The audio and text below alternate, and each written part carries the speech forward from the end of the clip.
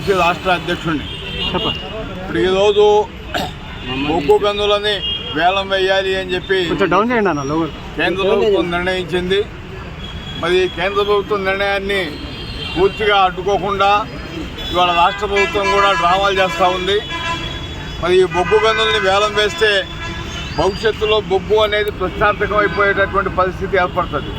ఇవాళే మనం చూస్తున్నాం, అదాని గారు విదేశాల నుంచి బొగ్గు తెచ్చి ఎక్కువ ధర పెట్టి కొనాలని ఏదైతే చెప్తా ఉన్నాడో దానివల్ల మొత్తం ప్రజానీకానికి ప్రమాదంలో పడేసేటటువంటి పరిస్థితి ఉంది.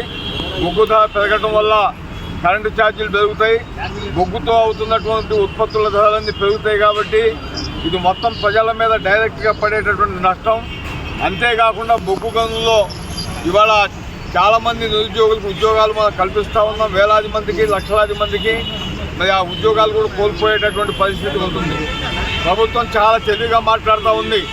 ఇప్పుడున్నటువంటి బొగ్గు గనులను మేము ప్రైవేటైజ్ చేయట్లేదు, కొత్తగా ఏవైతే బొగ్గు తీయడానికి మేము ప్రయత్నం చేస్తున్నామో వాటినే ప్రైవేటైజ్ చేస్తున్నామని చెప్పి తెలివితేటలతో మాట్లాడుతూ ఉంది. ఇప్పుడున్న బొగ్గు 10-15 సంవత్సరాలకు మించి రాదు.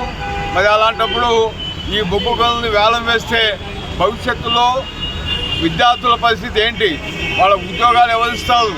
మొత్తం ప్రైవేటీకరణ చేయడం వల్ల బొగ్గు యొక్క ధరలు కూడా పెరిగే ప్రమాదం ఉంటుంది. కాబట్టి బొగ్గుని అమ్మొద్దు, బొగ్గు గనుల అమ్మకాన్ని వెంటనే నిలిపివేయాలి.